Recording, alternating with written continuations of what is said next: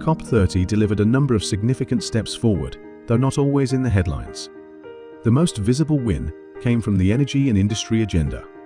South Korea joined the Powering Past Coal Alliance, signaling a shift among major Asian economies. Global utilities under the Utilities for Net Zero Alliance confirmed over $1 trillion in grid investments by 2030, addressing one of the biggest bottlenecks in the clean energy transition. And mission efficiency countries pushed the largest ever coordinated plan for cutting energy waste. Nature also returned to the center.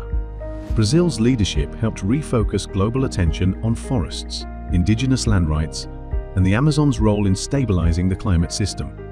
Participation from indigenous peoples was at a historic high, giving the summit a moral clarity often absent in past COPs. And in a rare moment of diplomatic unity, countries agreed to strengthen their 2035 climate targets, keeping the Paris framework alive, despite rising geopolitical tensions. But COP30 also exposed the widening distance between scientific urgency and political delivery.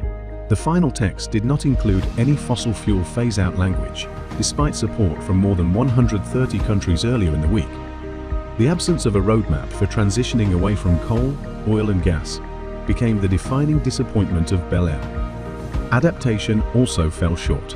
Indicators designed to measure resilience progress were judged too weak and pushed to 2026.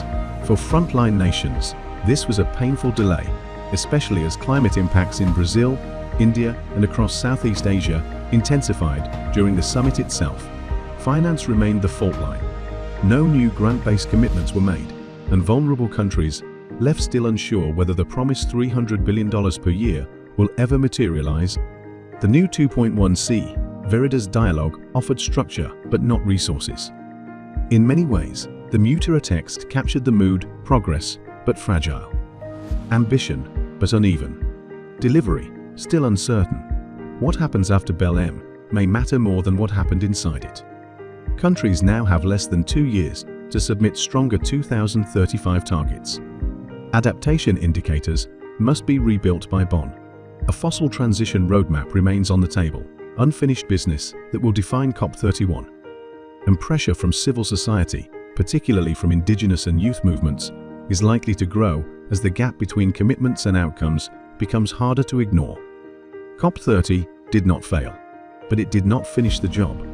The real test begins now, whether governments can turn a fragile deal into concrete action in the decisive years ahead.